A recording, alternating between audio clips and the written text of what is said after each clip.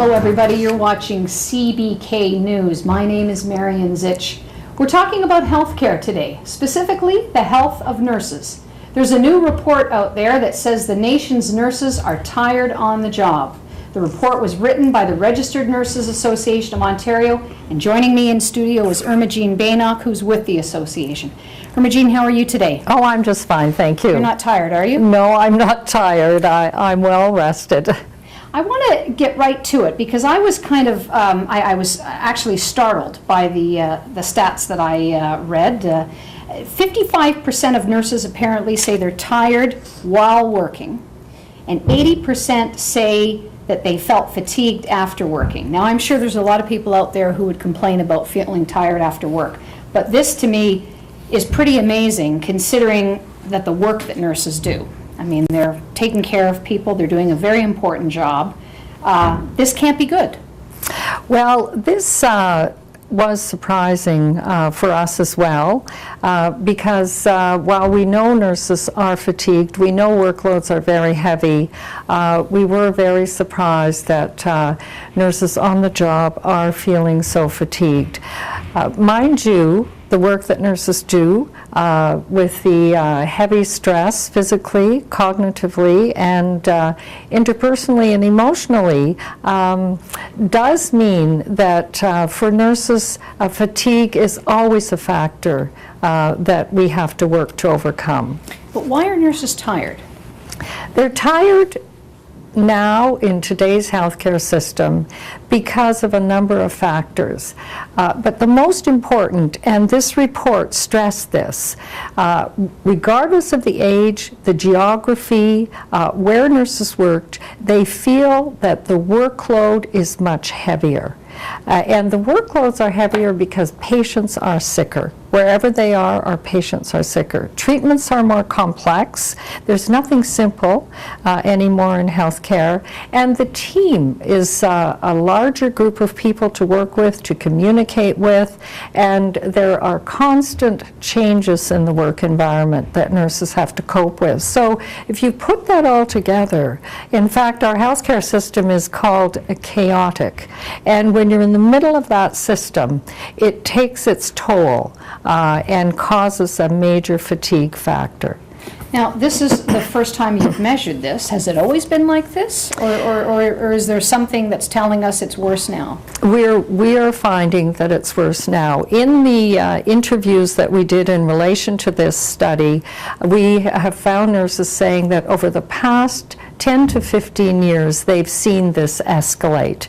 And it definitely has to do with the workloads, but also with the constant focus on the budget, the constant cutting of staff, of services, so that nurses feel that they do not have the full complement of staff that really is necessary in today's healthcare system. Now, I'm going to have to ask you, because a lot of people are wondering out there, if they go to a hospital and they're getting care from a nurse, is everything okay? Are they going to get good care? Well, we certainly know that every nurse that goes to work is going there to do the best they possibly can. And in our research, we do find that nurses say that while they're fatigued, that they are feeling they're catching errors or catching each other's errors. So this report, we're feeling, is really a clarion call. It is a big awareness raising, big alert that unless we do something now, patient safety could be at risk. And also we could see a major exodus from the profession, because nurses, I tell you, will leave the profession before they feel comfortable that they might make an error. So what needs to change? What needs to change is on a number of levels. Starting at the system, we need to fund health care in an appropriate way to acknowledge that there have been changes. Things are more complex. We can't cut things to the bone and expect that nurses will keep absorbing more and more work.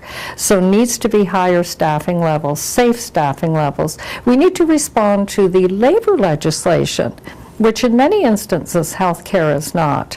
And also the culture of safety that we all embrace needs to acknowledge that fatigue is a critical part of that. We need to ask organizations to be publicly documenting their statistics that demonstrate fatigue, which is overtime, sick time, disability statistics, and again, organizations to reward more a culture of safety than that hero culture that we often talk about in healthcare. And then nurses themselves need to consider that professionalism means being fit for practice, and that means being aware of your body, you're saying knowing that when maybe you're tired. So I don't mean to interrupt, but are you saying that maybe if a nurse is not feeling well after she's done several 12-hour shifts, that maybe if she's not feeling up to it, she shouldn't go to work? Well, absolutely. If nurses are feeling that they're exhausted and not able to think appropriately, make appropriate decisions, they need to take the time to get adequate rest. But we're finding that happens more when nurses are asked to work an extra shift or overtime, that they need to be able to assess carefully, can I do this given how I feel? And in professionally appropriate ways, decline to take on extra work. And our managers need to also be aware that they can't keep asking nurses to take on more work. And nurses then as well need to look at, if they are working, how they prepare themselves with rest, nutrition, taking breaks, supporting each other to take breaks. So that becomes part of the culture, that it's a safety culture and we manage our fatigue. Okay, there you have it. Some very interesting information coming out of the Registered Nurses Association today about fatigue and the health of our nurses. Imogene, I appreciate your coming to the Thank you studio. very much. Thank you. We'll be back after the break. So what did you think?